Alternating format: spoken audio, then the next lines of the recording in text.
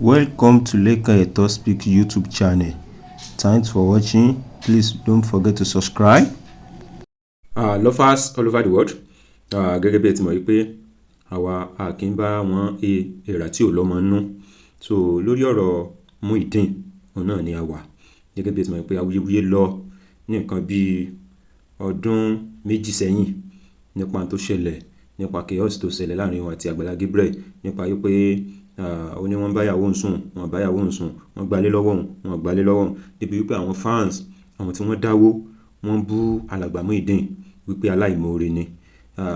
Gbogbo nǹkan tó ṣẹlẹ̀ ńgbà yẹn, àwọn èèyàn kọ̀ọ̀kan ti jáde síta láti ṣàlàyé nǹkan tí wọ́n mọ̀ nípa ọ̀rọ̀ tó ṣẹlẹ̀ láàrin Muhideen àti Pastor Adémọ́lá Amusan.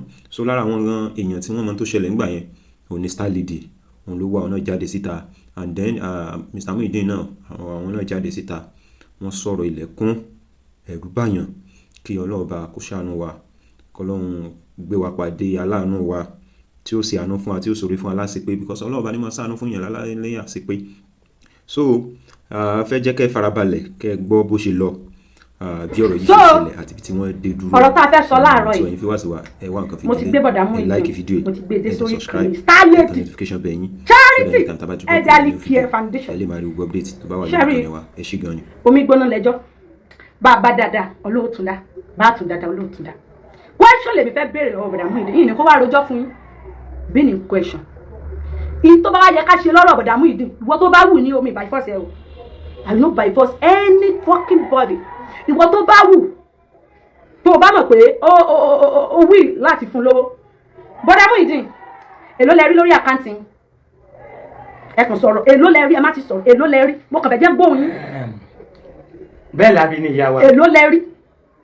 Ilé yín àti ọ̀nà yín. Ẹni sùn ẹ̀dá ni. Èló lẹ rí? Èló lẹ rí lórí àkáǹtì yín? Níwájú Ọlọ́run àti èèyàn, 100,000 naira ni mo rí lórí Keystone account. Ẹ̀dá lè bá, ẹ̀dá lè bá. Látọ̀dọ̀. Ẹ̀dá lè. Ẹ̀dá lè. Ṣé rí ní ìjẹta tí mo ṣe show tí mo ní ẹ máa dábò ṣé Muhideen wà ń bẹ̀? Tí mo bá yín sọ̀rọ̀ láti ìjẹta. Rárá o, a sọ̀rọ̀ láti ìjẹta. God bless you. Nǹkan tí mo fẹ́ máa béèrè. Tí bá ti ń béèrè. Ẹ sọ̀rọ̀ o, ẹ máa sọ̀rọ̀ pọ̀kìtìyà. Ṣé rí wọ́n máa fi tipá mẹ́sìn lòdò ni o, wọ́n fi tipá fún lómi o. Èmi ò sì ní bá yín rèrà tí ò lọ mọ́nú. Bó bá gbéṣẹ́ fún mi, tí n bá ní no, I will not do it. Wàá máa gbógun ẹ lọ ni. So, a ti ṣẹ̀fẹ̀ bẹ̀rẹ̀ ọ̀rọ̀. This is bọ̀dà Muhideen. O fẹ́ ṣe kìíní ìdájá kẹ́ lè bá rí wọn both Facebook and TikTok. Ẹ rí wọn lórí Facebook, ẹ sì rí wọn lórí TikTok. Ẹ bá mi kí bọ̀dà Muhideen pé ẹ káàbọ̀ o. Welcome back. Please, ẹ bá mi welcome wọn. Bọ̀dà Muhideen ẹ kí gbogbo lé. Ẹ kí gbogbo lé. Àlàáfíà fún gbogbo lé o. Akíyín nílé lóko lọ́dọ̀ lẹ́yìn odi jákèjádò gbogbo àgbáyé ní gbogbo ibikíbi tẹ́ ẹ ti ń gbọ́ wá, ní gbogbo ibikíbi tẹ́ ẹ ti ń wò wá, ojú tẹ́ ẹ fi ń wò wá ò ní fọ́ o, etí tẹ́ ẹ fi ń gbọ́ wá kò ní dí o. Bọ̀dà Muhideen ti bá mi ẹ̀rí gbé sókè lọ bí oge. Bọ̀dà Muhideen ti bá mi kí gbogbo lé, wọ́n bá mi kí both Facebook and TikTok. Please help me to power tap and share, guys. This is Ọmọbíọ́wá Ayọ̀ni aka Star Lady, ìràwọ̀ àgbáyé, ìràwọ̀ tó milẹ̀ títí. Ìwọ́n ti ń bá tẹríba fún Ọlọ́run gbà fún ẹni 100 fún bẹ́ẹ̀. Bọ̀dà Muhideen, ẹ kújọ́ mẹ́ta. Ìjọ kan pẹ̀lú. Báwo ni iṣẹ́? Àlàáfíà làwà. Kọ̀kọ́ jà farada. Alhamdulillah. Ẹ ṣe àdúpẹ́. Bó wá ni gbogbo ṣé ẹ mọ̀ mi ṣá? Ẹ kí ló dẹ́rì mi rí lélẹ̀. Ajá kì í gbàgbé olóore àná. Ẹ̀yin lẹ́ni àkọ́kọ́ tó fún mi ní 1,000 naira níjọ́ tí Agbala Gabriel. Ẹ má dà kọ. Don't mention her name. Lábẹ́ bíríìjì nínú go slow. Bọ̀dà Muhideen. Mi wà fún ọ̀rọ̀ daddy bí. We call her daddy. Understand? Don't mention her name. Okay? Yes. Don't mention her name. Tẹ́ bá mention orúkọ ẹ, understand? Àwọn èèyàn kan máa wò pé kí ló ń tẹ́lẹ̀. Ṣé a rí pé mo correct ọ̀dọ̀ mi bí? Don't mention her name. Daddy. Ẹ lè pe daddy dẹ́kun bólẹ̀. Ṣé understand? Don't mention dẹ́kun bólẹ̀. Ọjà sí wípé lówe làálùlù àgídìgbò. God bless you. Daddy dẹ́kun bólẹ̀. Ṣé understand? Don't mention her name again, okay? Right. Mind your speech, okay? Right. Ẹ lè pe wọn ní daddy dẹ́kun bólẹ̀. Daddy Martin. Daddy dẹ́pà bólẹ̀. Ṣé understand? So, bọ̀dà Muhideen, ẹ sì padà rántí ojú mi. Ajá tèmi ìgbàgbé olóore àná. Ẹ kí ló tẹ́rì mi rí lélẹ̀? ẹlẹ́ẹ̀kejì tí máa fojú rí yín rè. okay o no problem ní ọjọ́ tá a rí yín yẹn kí lẹ wá polówó fún wa náà. car charger ni mo wá polówó fún yín jọ́nà lọ́hùn. car charger tí wọ́n fi ń chájì fóònù nínú ọkọ̀ tá a mọ̀ sí car charger. obìnrin mélòó ló wà ní mọ́tò ǹjọ́ yẹn. ẹ ṣe dádì Dẹ́pọ̀ Bólẹ̀ àti ẹ̀yin tí a mọ̀ sí star lady ẹ̀yin méjèèjì tẹ́ wà. rárá ọjọ́ tá a kọ́kọ́ rí yín àwọn mélòó la wà ní mọ́tò. ẹ̀yin mẹ́rin ni mo rántí. ọkùnrin mélòó obìnrin mélòó. ọkùnrin kan obìnrin kan àwọn ń tiwọn wọn lọ́jọ́ orí díẹ̀ jẹ̀yìn lọ a lè pè wọ́n ní youngest mami sí wa. ṣé ẹ gbọ́ nǹkan tó ń sọ. ẹ̀yin lẹ jókòó níwájú pẹ̀lú dádì Dẹ́pọ̀ Bólẹ̀ níjọ́ náà lọ́hùn tí n bá ní gbàgbé àmọ́ nǹkan kan tẹ́mi kàn rántí ni pé ẹ̀yin lẹ bọ́n mi ní 1000. ẹni sọ̀rọ̀ bọ̀dá Muhideen calm down ṣe rí lọ́jọ́ náà lọ àwa mẹ́rin ni èmi jókòó lẹ́yìn ìyá tó dàgbà jù wá lọ jókòó lẹ́yìn obìnrin méjì jókòó lẹ́yìn òun àti Dẹ́pọ̀ Bólẹ̀ kejì ẹ̀ náà jókòó wájú òun ló ń fídíò àwọn ìbéèrè bẹ́ẹ̀ ṣe ń polówó car charger yẹn wọ́n wá sọ fún yín pé ẹ wá gbowó ẹ wá ní ṣé kí n gbà mo ní ẹ gbà o ẹ gbowó ẹ fẹ́ gbowó yẹn lọ́wọ́ mi tẹ bá mi bá níjọ́ ta padà wá gbé yín àwa méjìlá wa ẹ ti ń gbé fún wa. bẹ́ẹ̀ ni. wọ́n sọ wípé ní ó máa lẹ́yìn ọ̀rọ̀ yìí ó máa lẹ́yìn àjàǹtí ele. so bọ̀dá Muhideen lọ́jọ́ tá a rí gangan ẹ polówó car charger níwájú Ọlọ́run ọba àti èèyàn tí kò pé ìjẹ́rìí rọ ẹ bá wa fún help ẹ ní ká help yín ẹ mọ wíṣù ẹ mọ bá a ṣe jẹ́. èmi fẹ́ ta jájà bọ̀ ní ọjọ́ náà lọ ẹ ti mú ọtí orí yín gbá ní kura so ìyẹn ẹ máa ní sùúrù o so lọ́jọ́ tá a wá rí yẹn bó ṣe wá ń júwe ọ̀nà ẹni ṣíkẹ́ wá ṣé ẹ̀ máa dì mo wá wò pé ẹni yìí tó fi ń polówó nǹkan báyìí èmi kankan dìdí fún yín lówó ni ẹ rí i pé mo kàn rẹ́rìn mo ní ẹ máa bọ ẹ rí i pé mo sọ pé ẹ wá ẹ máa rí gbàgbà ohun mi ló ń jáde pátápátá nínú fídíò tẹ bá rí tó ń já rọrùn ìsinmi ọmọ bẹ́ẹ̀ wà jẹ́ ayọ̀ ní èké ìsàlẹ̀ ìdíra wà gbáyé ọmọ tó na ọmọ pa ọmọ tó dúró tọmọ tó gallant ọmọ tó ṣe kíni clear road òṣè ẹ kò ṣe fáwọn ọlọ́tẹ̀ so nígbà tí àwa ṣe gbogbo yẹn tán ẹni pé no dọ̀bù yẹn wọ́n ṣe títì yẹn lọ nígbà yẹn àbí wọ́n ṣe títì yẹn lọ God bless you so ọjọ́ Monday kan la wá gbé yín ṣe mọ̀ ọjọ́ Saturday la wá síbẹ̀ yẹn Sunday wọn ní kẹ́ wá sísìn ṣe mọ̀ pé Monday la wá gbé yín ẹ wá ṣe mọ̀ Monday. ìwà ẹ̀mí òwúlẹ̀ rẹ̀ dé láti wá. Monday la wá gbé yín ṣe understand so ọjọ́ tá wá gbé yín ní mọ́jọ́ Monday yẹn àwọn mélòó la wà ní mọ́tò. ẹ̀yin méjì lè wà ní mọ́tò ìjọ tẹ wá gbé mi. ok ọjọ́ tá wá gbé yín yẹn gbọ́dọ̀ wo lẹ́rù pé mo sọ nu mọ́tò fún Dádì Dẹ́pọ̀ Bólẹ̀. gbólóhùn tẹ sọ nínú mọ́tò ẹ̀gbọ́ ọjọ́ náà pẹ́ o ọjọ́ náà pẹ́ ṣe é sì rí ẹni tí ọba ní ti finú rò ní máa ẹni tí ọba ní ti máa finú rò ní máa rántí gbogbo ọ̀rọ̀ àtijọ́ ìwọ̀n àbá péréte lè yàn rántí nú ẹ̀. ok nǹkan tí mo sọ ni wípé Dádì Dẹ́pọ̀ Bólẹ̀ ẹ má jẹ́ kí bọ̀dá ìbú yìí lọ́rùn jẹ bóyá kan dún wájú. ibo ni mo ti sọ̀kalẹ̀ ìjọ náà lọ. mo rántí ń jọ́nà lọ́hùn ìyànà wọ́n pe junction Ọláògùn yes. God bless you God bless Ọmọbẹ́wàjì if you know we know ṣe understand ṣe rí láyé yìí tí n bá jáde tí n bá wá sọ̀rọ̀ nípa èèyàn bí wọ́n bọ́ bá jọ́ta mi àbí ọjọ́ rẹ mi kọ́kọ́ béèrè lọ́wọ́ mi wípé Bẹ́wàjì kí ló ṣe fún ẹ má dá mi lẹ́jọ́ oró má sì dá mi lẹ́jọ́ ọkú olórí burúkú tó bá mú mi lọ́wọ́ lẹ̀ kí n má sọ̀rọ̀ òfò ní òṣè ní ìwà ajá mo kàn wá clarify àbí púpọ̀ náà ṣe máa sọ clarify ṣé àwọn pé mi lọ́sùn clarify la máa ṣe ṣé rí lọ́jọ́ náà lọ́hùn-ún ìlọ́sùn ìgbébò ṣé rí kìí ṣe pé ọ̀rọ̀ Muhideen ló díje mi àti Dẹ́pọ̀ Bólẹ̀ o ọ̀rọ̀ Muhideen kọ́ láti ìjọ́ kan ti wá ń gbowó fún iṣẹ́ rí mi ò rí yín o. ẹ bá mi pàdé church. rárá o. síbẹ̀ ṣe dé mo ti mú yín lọ́kọ̀ọ̀rọ̀ láti bá yín sọ̀rọ̀. rárá o.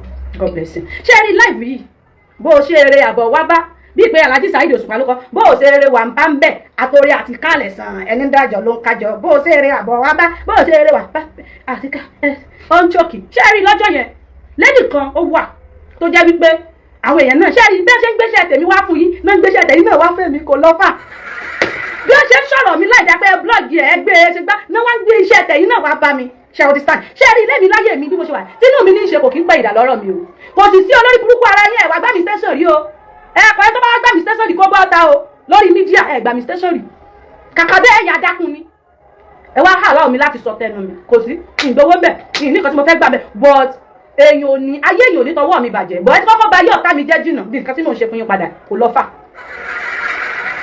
so nígbà tí ọ̀yá yẹn wá ní ọmọ yẹn ti kú toyún ọ̀dọ́ Dádì Dẹ́kun Bọ́lẹ̀ ni wọ́n lọ mo ní sọ́fìwé pé wọ́n níwájú Ọlọ́run bá ti wọ́n ìpè ìjẹ́rìí rọ mo ní sí Dádì Dẹ́kun Bọ́lẹ̀ fìwé pé yìí tí èèyàn fi kú toyún ibi tẹ́ ẹ bá ti mọ̀ pé wọ́n ń ṣe mírẹ́kù lẹ́ mọ́ lọ tí bàbá fi Dẹ́kun Bọ́lẹ̀ bàbá Dẹ́kun Bọ́lẹ̀ sọ́fìwé pé yìí ẹ ti pẹ́ ní ẹlẹ́ni ó kú toyún ọ̀rọ̀ yẹn ni mo gbọ́ tí mo fi wá díràgì bàbá yìí Dẹ́kun Bọ́lẹ̀ o ìsọ̀rọ̀ nípa kí lórúkọ ọmọ tí mo wá gbé lọ tí mo rán wọn kí mi lọ pé kán lọ bá mi gbé wọn ní àwọn sójà wà lẹ́nu ọ̀nà so èmi ò sì bá wọn fà mí bá wọn náà àti bí ìyá ọmọ ti lọ bọ́ ọmọ tó sì lẹ́mi ti fọmọ sògùn owó sẹ́yìn lè gbàdúrà tí bàbá yìí Dẹ́kun Bọ́lẹ̀ ò lè gbàdúrà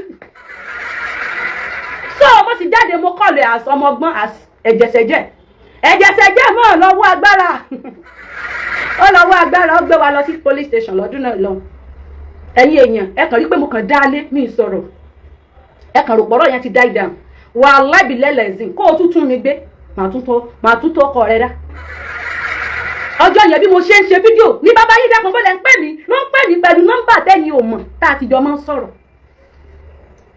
ẹni tó bá lè bá a sọ ẹni kí ló wà láàrin ẹni kí ló wà láàrin mi àti ẹ mo kàn láìkì ẹ normally gẹ́gẹ́ pé mo rí ní láìkì ẹ ọ̀rẹ́ mi kan ló introduce ẹ sí mi ṣèbí mo sì máa ń rí tẹ́lẹ̀tẹ́lẹ̀ tí mi ń ta sí torí àwa Ìbàdàn ayé àwèrè gan fa tó bá rí pé o ti ń tẹ̀lé àwọn bí wọ́n ṣe máa sapá bí apá tọ́kì lélẹ̀ wọ́n rò pé wò ó jẹ́ nǹkan kan ṣe ti understand dúró májìká ó rí pé mo mú àwọn kọ́mẹ́tì ẹ̀yìn tí ń kàrà so ìgbà tó wá yá mo wá rí pé wẹ́ bí mo ṣe dákọ̀ ẹ̀ ọjọ́ kejì báyìí báwọn ọlọ́pàá ṣe pè mí ní police station gbági nìyẹn wọ́n bá ní hello sister Bẹ́wàjì na you àbí ebogo àwọn gbogbo dáadáa ìwà Bẹ́wàjì afẹ́fẹ́ yín ní police station láago 9 àárọ̀ la mo sì gbẹ́ ń tó jẹ́ kan hello lágbájá ọ̀rọ̀ tá a sọ lánàá ó padà lẹ́yìn ọ̀rọ̀ lẹ́yìn o bàbá padà mọ́ ọlọ́pàá jáde nígbà tí bàbá padà gbé ọlọ́pàá mo bá débẹ̀ ń bá ní you are under arrest mo ní for what for defamation of character mo káwọ́ lérí ni pé ta ló sọ bẹ́ẹ̀ wọ́n bá ní èmi fẹ́ ba iṣẹ́ ìrànṣẹ́ jẹ́ pàǹdà èmi mo ní ẹ béèrè nǹkan tó wà láàrin mi àti ẹ actually ó ask me out bó fẹ́ dọ́rẹ̀ méjì pọ̀ bò kò wá rí opportunity láti dé ọ̀rẹ́ méjì yẹn bàbá bá lọ fọlọ́pàá gbé mi ṣé ẹ rí funny is this olórí burúkú ọmọ yóò yọjú o kò yọjú wọ́n bá láwọn ó tì mí mọ́lé wọ́n bá ní kí n kọ statement mo bá ní mi ìmọ̀ ọkọ mi ìmọ̀ ọ̀ka ọkọ mi bá ní ẹdín bá kọ́ wọ́n bá ní ẹ má bá wọn kọ́ bí kan ṣe jáde ní police station ni òun sọ mú lọ́rùn bí ọmọ gbẹ̀gbẹ̀ tún máa bọ̀ ọmọdé mi máa bọ̀ ó bá ní àmọ́ tí wọ́n wọ́n sá lè di ẹnu ẹ̀ mú gan kíní kan ó mọ̀ fẹ́ gbá mi bọ̀ títorí ipá mi ìwà lẹ́gbẹ̀ẹ́ mi wà láti bá gbá mi létí a má jàbàjẹ́ torí inú mi ò dá a má jàbàjẹ́ bí ìbàlẹ̀ dán mo máa gé ẹ jẹ ní àṣà wọ́n bá tì mí a bá sọ̀rọ̀ láti bí aago 12 wọ aago 3 nígbà tó tọwọ́ aago 3 wọ́n bá ní kí n máa bọ́ búrà bọ́ pátá wọ́n ní ìgbà gbogbo yaríngì mú mi wọ́n bá mú mi tì mọ́lé ọkọ mi bá dáhùn pé ó wà nú oyún wọ́n ní inú oyún wo ló ń bẹ̀ ké èbú ló ń ṣe èbú online ló ń ṣe tẹ̀tẹ̀tẹ̀ wọ́n bá tì mí mọ́lé o ìyàtọ̀ tì mí mọ́lé ọkọ mi máa di ẹgbẹ́ rí wẹ̀rẹ̀ wọ́n ṣe lọ gún scam oyún bọ́ta nìyẹn wọ́n bá ní àmì sọ́ọ́rí àwọn ọmọ kò wà nínú wọn kọ́ lọ mú mi jáde padà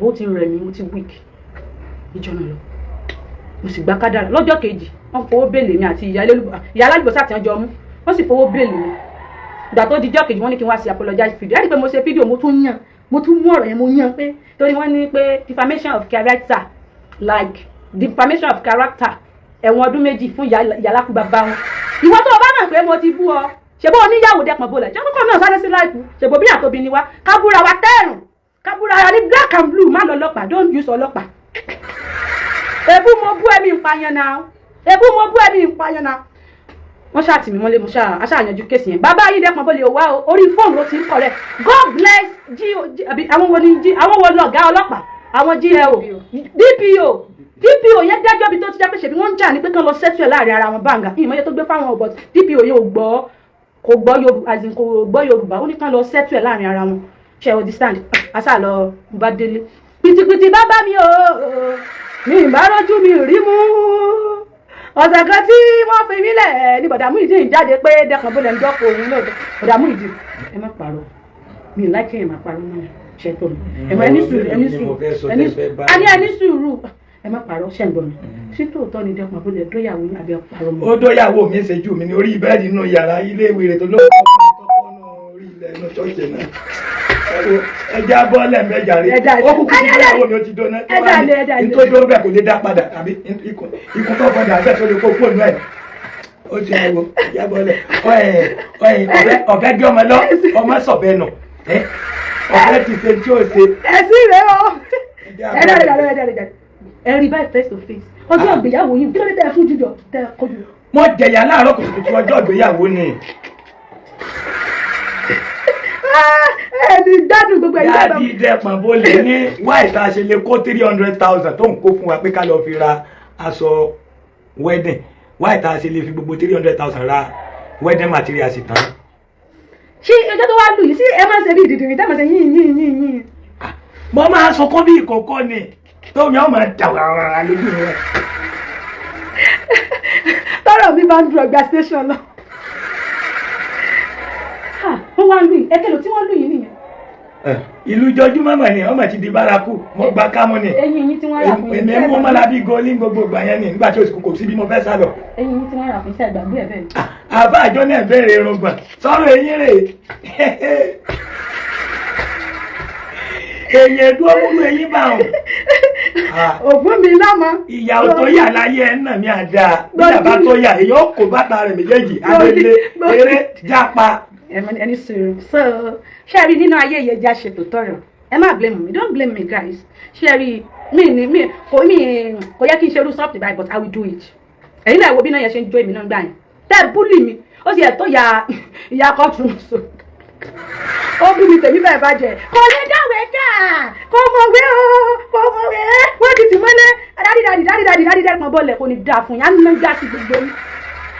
ṣé ẹ ti wá fẹ́ tí ara yé gbọ́ actually kò ṣe gbẹ̀yàn ni mò ń lọ ṣe understand ṣé ẹ rí nínú ayé dáàdì ibi tá a ti ń ṣe la ti ń jẹ mi ìdínà ẹnu yín mi ìsìn ní tó ṣe ó dáa mi ìsìn ní tó ṣe ó dáa try láti jókòó dáadáa sí try kó focus tó bá gba 10 million fún yàn má rò pé ọ̀rọ̀ ẹnu ọmọ yìí kéré ló ń gbọ́ o but you understand try láti sọ fún wọn yìí pé nínú 10 million má gba 4 million bó bá ṣe wù ẹ́ nínú 100 million wá gba 100 million ó sì lè gbowó tó bá ti sọ fún ọ tẹ́lẹ̀ pé mo fẹ́ fi yín tọ́ṣẹ́ ni o yìí ní fún yín lówó kankan o wàhálà wọn ti máa gbà pé ó máa fà wọn taṣẹ́ ní iṣẹ́ understand try ibi tá a ti ń ṣe la ti ń jẹ o má jẹ́ kí n parọ́ fún ẹ o ò lè gbé charity ní ìsìn kó ló wà pọ̀ ẹ ló fi máa fún wọn àwọn kí ò rẹ lówó it's not possible like that you understand but try láti bá wọn negotiate pẹ̀lú wọn ṣe understand negotiate pé ìyá mi ẹ̀ ní rúrú ẹ̀ mọ́ o ní tó dé báyìí tẹ́ fi ìtọ́wọ́ owó kò ní ṣẹlẹ̀ sí mọ́ o lágbára Ọlọ́run nǹkan tó ṣẹlẹ̀ ni pé bàbá gba 1,000 á pín 500 o bàbá gba 2,000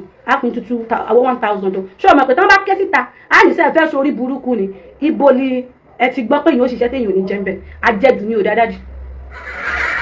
Daddy advice mo tún fẹ́ advice ni pé go and work sorry o tó o bá ń ṣiṣẹ́ ṣe understand ṣé o rí àwọn tó ń fún àwọn ẹ̀yin ará abroad I'm sorry to say this language ẹ̀yin mọ́ fún yàn lódìdí ẹran sìn gba odidi mọ̀lú lọ́wọ́ ẹni ni yín ká ń ṣe fún tẹ̀rọ pé ẹbí lẹ̀ ẹ mọ́ sọ̀rọ̀ is a man of God ẹ̀ ń bá tiẹ̀ jẹ́ ni ẹ sọ̀rọ̀ bí ọ̀rọ̀ lọ ẹnìkan ò lè kú òun ayé fẹ́ nìkan ẹnìkan ò lè kú òun ayé fẹ́ nìkan ṣe understand but ẹ jẹ́ ká mọ̀ ń tà ń ṣe understand ṣe rí mo máa ń ṣoore débi wípé mo lè gbé èèyàn ní ìsìn kó jẹ́ wípé 1,000 nìkan mi ẹni kínìdì number 1 yìí gbójúlé charity tí mò ń ṣe mò ń tajà náà mò ń talẹ̀ mò ń talé mò ń ta kírímù kí ni mò ń ta káyá mò ń ta ìwọ tó gùn ìdílé bá ń jà máa bọ̀ mí mò ń ta amóbòdùn mò ń ta amókólé mò ń ta everything so èló ni mo fẹ́ rí ìdíṣẹ́ charity tẹ́ bẹ́ẹ̀ tí gbogbo ọ̀nà fún yóò fẹ́ bẹ́ẹ̀ dànù so try to go and work tó bá ń ṣiṣẹ́ gèmí gan máa try láti rajà lọ́wọ́ ẹ̀ o lè máa kòrò Jésù náà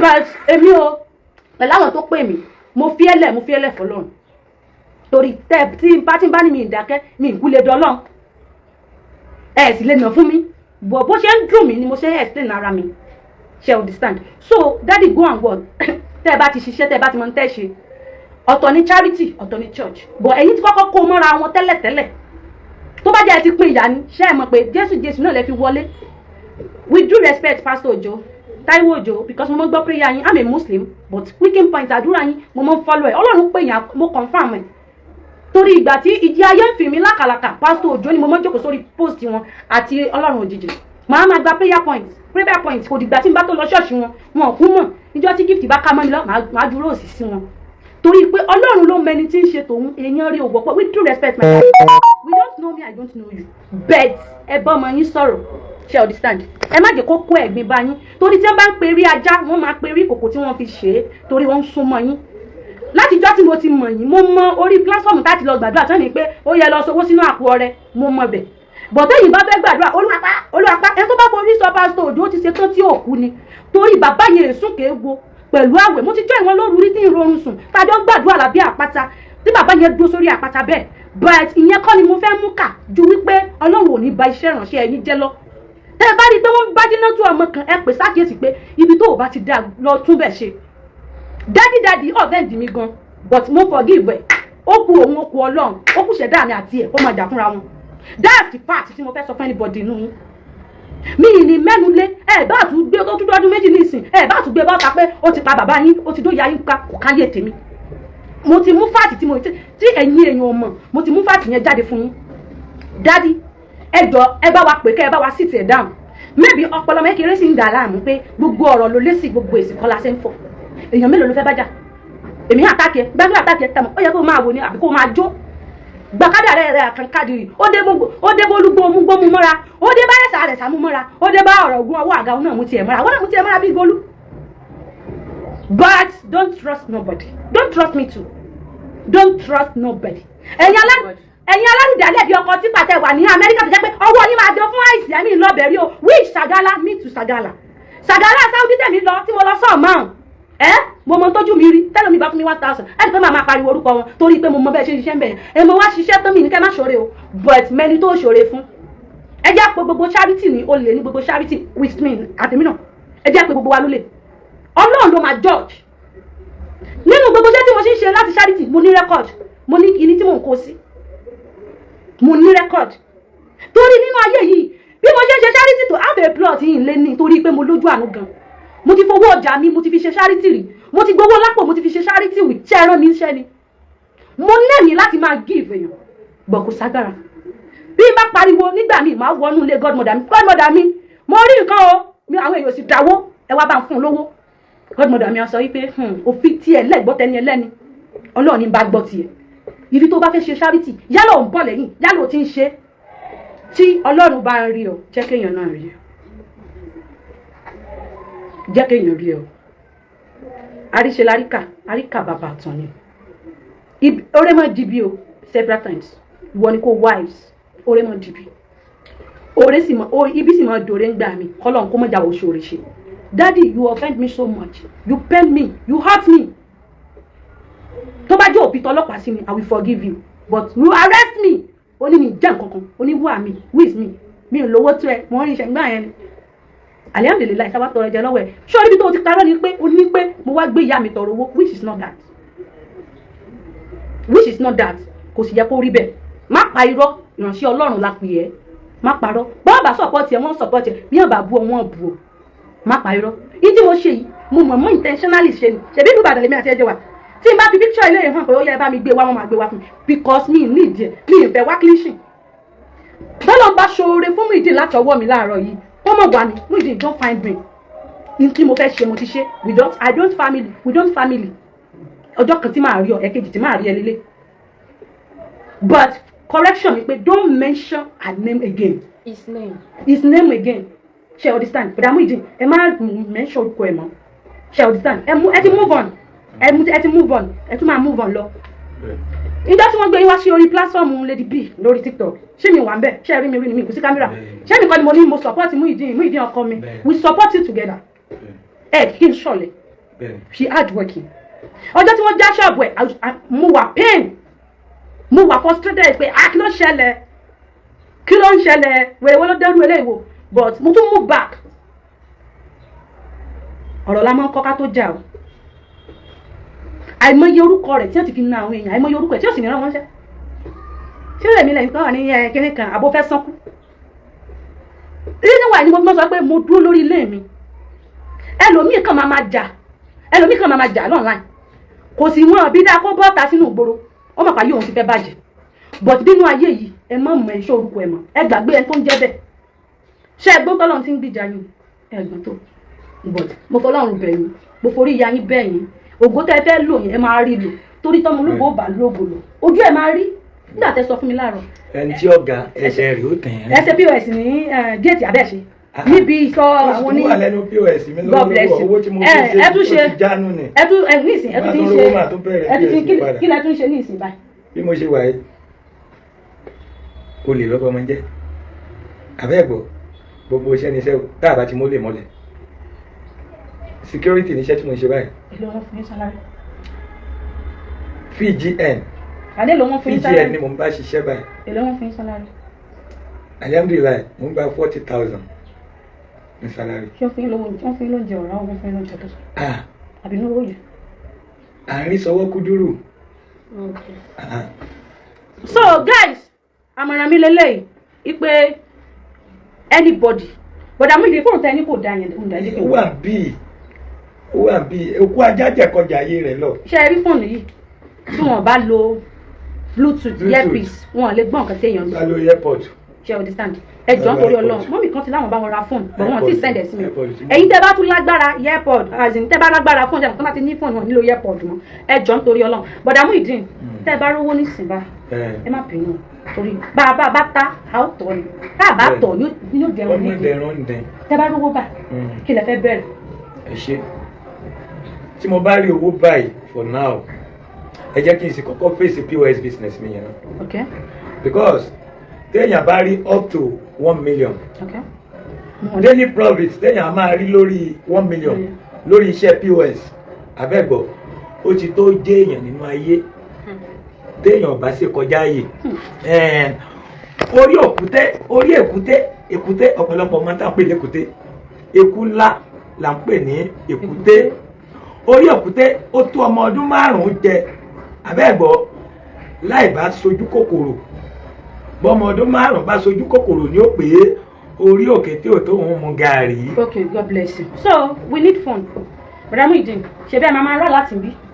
mo máa rà láti bí. Okay. Ó yẹ pé account number yẹn. Wọ́n ní kí ló dé tí wọ́n sì ní TikTok nílá. A ní wọ́n ní fóònù. Fóònù eléyìí ò dáa. For your account àwọn ẹni kẹfà kan ẹni sùúrù o tá a bá ṣe ń rí la máa sọ fún yín. Èmi ò Bọ̀dá Muhideen tí n bẹ́ẹ̀ bá gbowó wọlé tí n bá ti wá bá yín padà pé kẹ́ ẹ fún mi lówó ẹ fi rẹ́kọ̀dù mi kẹ́ ẹ post.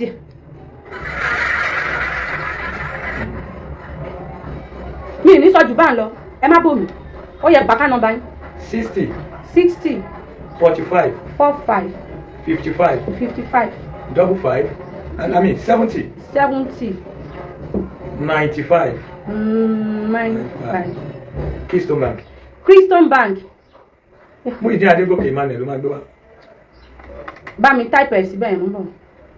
Ó yá 60 any amount. 60 45 55 mo bá jí kí n pin ẹ̀ sí orí mo bá o 60 any Keystone Bank ó máa gbé Muhideen Adégòkè Emmanuel 40 45 55 70 95 mo bọ̀. Muhideen kílẹ̀ ní ògbé wa. Muhideen Adégòkè Emmanuel lórúkọ. Muhideen Adégòkè ẹ jọ̀ọ́ ẹ bá mi ṣí fún nǹkan mọ̀ wà láti a máa fi hàn wọ́n Keystone Bank Muhideen Adégòkè la máa rí so bọ̀dá Muhideen ẹ gbà ẹ wọnú bá mi mú wọn lọ́nu bedroom ẹ bá sọ̀rọ̀ ẹ gbé báàgì yìí o tẹ wá lọ́wọ́ ṣẹ wá ẹ bẹ̀ mo fún yín lélẹ̀ nínú ọjà pé nìkan ó yẹ lọ́nu bedroom kẹ lọ ṣẹ́yìn. Òkun kì í gbẹ ọ̀sà kì í gbẹ ẹ fàdúrà lẹ̀. owó kì í tán lápò wọjọwọjọ star lady mọ́mí star lady gbogbo ibi tẹ́ ti ń mówó owó yóò ní tán bẹ́ẹ̀ owó yóò máa pọ̀ sí ni o mọ́mí star lady láṣẹ Ìdùmarè owó yóò máa pọ̀ bí àgbàrá òjò ní látòní lọ lọ́la aláhàólà wà lákòótà èèlà bẹ̀lá ilẹ̀ àzẹ́mọ̀ amínà yàrá o amínà kún fáyà kún àmì lórúkọ Jésù go and change ó ti dàṣẹ o. ẹ lọ change ẹnìkan láwọn send 5k ẹ jẹ́ máa send receipt sí mi nínú WhatsApp 1000 thank you so much. a máa ṣí àpò ẹ̀ ní ìsìn a máa wo owó tó wọlé please guys support ẹ jẹ́ put support together mo bọ̀ 95 ohun gẹ́gẹ́ ló máa gbà nǹkan anybody ò lè bá gbà nǹkan 40 something years tó kéré ni. ẹ jọ̀ọ́ nítorí Ọlọ́run any amount please guys Please, let's support, please. I use God to beg you, please. Ẹ jọ̀ọ́ torí Ọlọ́run, iye 15,000 naira. Please, ẹ jọ̀ọ́ torí Ọlọ́run, ẹ jọ̀ọ́ torí Ọlọ́run. Ẹnìkan láwọn send 20,000. Please, guys, kẹ́ ṣe mi láti send owó sí lẹ́yìn ká proof receipt fún mi. 09137 25 55 09. Ọlẹ́yìn. Àwọn aládùn tó yìí. Mama, 55, 55, 55, 70, 70, 95. Ó yẹ mọ́ bá mi ṣí kinní wọ́n láwọn send owó ẹ̀jọ́ ẹ̀jẹ̀ ń confirm ẹ̀ káwọn máa pariwo kinní.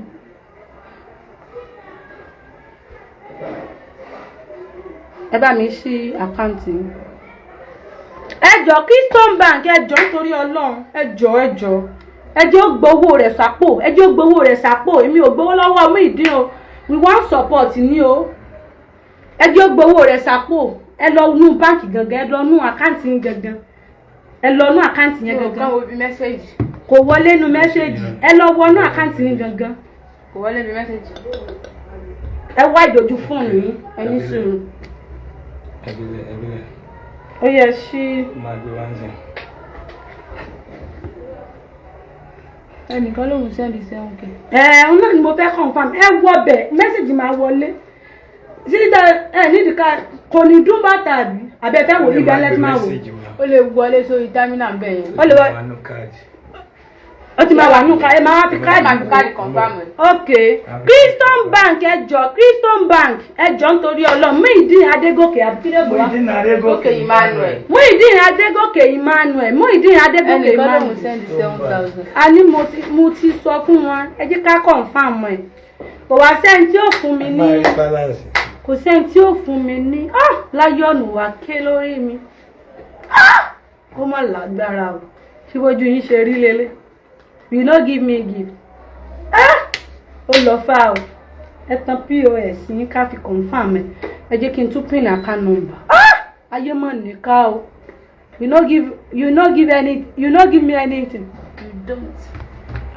ó dá ó yẹ kí n padà sí school o àbí kò dáa ó dáa bí wọ́n ní kí n padà sí school 60 45 55 70 95 Keystone Bank. Ẹ jọ̀ọ́ Muhideen Adégòkè please help me to support Muhideen ẹ wá fún one gift orí mi máa dáa fún yín tẹ̀sí ẹ rọ́kọ mi akọni ó ṣètọ́jú fàyà bàdá Muhideen sẹ́fẹ̀ẹ́ ni ìwúlẹ̀ tí ìfẹ́ kan rí náà tẹ́lẹ̀. tẹ́ ẹ bá ti rí mi ọkọ mi ni ìyàwó Muhideen eku yọyín àbí kò dábẹ́. Bẹ́ẹ̀ni. Muhideen eku yẹyín mo bẹ́ẹ̀ rí. Lọ́ra ìfà. Ẹ ń tọ́ yára náà lògùn gbé. Kí ni gbogbo ẹ̀yin obìnrin ń wò láti ẹjọ́ ìta àti kìmí mọ́lẹ̀? Àbí náà ẹ̀pù Muhideen. Tẹ́ẹ̀rẹ́ fún Muhideen. Ẹ jẹ́ máa kí mi pé anniversary ń bọ̀. Keystone Bank ni mà. Ẹ jọ̀ọ́ torí Ọlọ́run. Keystone Bank. Ẹ jọ̀ọ́ torí Ọlọ́run torí ànábì. Torí Ọlọ́run torí ànábì. Torí Ọlọ́run torí ànábì. Torí Ọlọ́run. Òṣùbà mi rè fún gbogbo ẹ̀yin olólùfẹ́. Ẹ jọ̀ọ́ ẹ jẹ́ support ẹ̀. Ẹ jẹ́ support ẹ̀ kó gbowó tiẹ̀ náà sàkókò fojú rí báyìí. A tètè fẹ́ mọ̀ kọ̀ǹtẹ́ẹ̀nì dátà ni. Ẹ wọnú háàpù. National sport fún ẹ wọnú háàpù.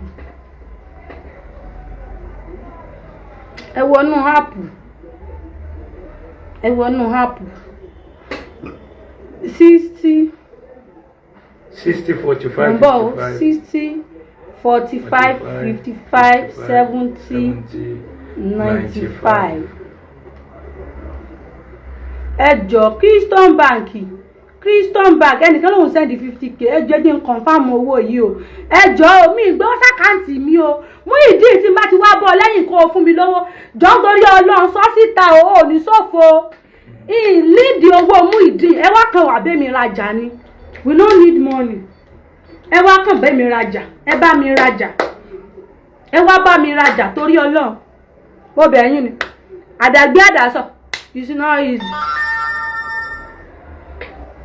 ó yẹ confam ẹ̀ Keystone Bank ẹ dákun ẹ wá rọṣẹ ẹ wá ra kọ́ ẹ máa ń ta ẹnìkan lòún sẹ́ndì 50k. pẹ̀lú mi lè mọ sẹ́ndì ẹ̀ kó mọ̀. máa gbé mẹ́sẹ̀gì wọn lẹ. ok ẹ ṣẹ̀ṣẹ̀ ṣe dátà ni. máa gbé mẹ́sẹ̀gì wọn. torí náà mo fi fẹ́ confam owó tó wọlé kéèyàn kan máa ná ìṣe owó.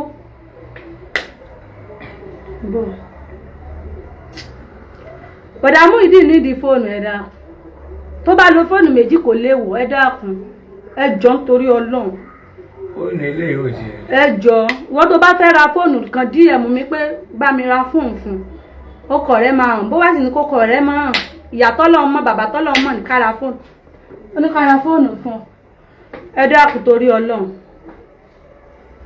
àní ṣe bẹ́ẹ̀ ní áàpù ẹ wọnú áàpù jàre mẹ́sẹ̀jì ò kí ń wọlé ń gbà mí. mi ní áàpù Keystone yẹn. ṣe bẹ́ẹ̀ létí ẹ̀ mọ́ ẹ gbọ́ lórí kíní. tí ẹ̀mú yóò kí n gbé balance wa wọ́n ó máa gbé mẹ́sẹ̀gì wa bí mo ṣe. ẹ ti pa dátà o. mo ṣe remove owó. ẹ tan dátà. mo ti remove change kékeré kan bẹ́ẹ̀ ó máa gbé mẹ́sẹ̀gì. ẹ tan dátà bọ̀dá yìí ṣèbí dátà nìyẹn. dátà kọ ló ń ṣe ló ń bá ṣe.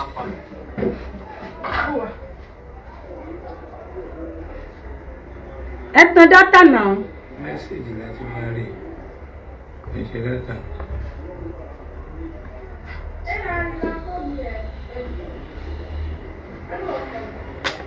tèmi kan mọ̀ ni pé agbowó jáde ń bẹ̀ kò gbẹ́rù láti wà. ok bóyá network ẹ jẹ́ kí n connect network mọ́ yín ẹ tan kínní ẹ tan hotspot yín ẹ jẹ́ n bá yín connect hotspot. Lovers all over the world ọ̀rọ̀ rẹ o ọ̀rọ̀ rẹ ti gbọ́ lẹ́kùnrẹ́rẹ́ nípa nǹkan tó ṣẹlẹ̀ láàrin Muhideen àti pásítọ̀ Agbala Gabriel àti starlead gbogbo ẹ̀ náà ti yànnà náà ìkọlọ́ òṣàánú wa so a tún máa fún yín ní ẹ̀kúnrẹ́rẹ́ update nípa bí ọ̀rọ̀ yìí bó ṣe tún tẹ̀síwájú so I appreciate the support yín so far we love you all, thanks for watching.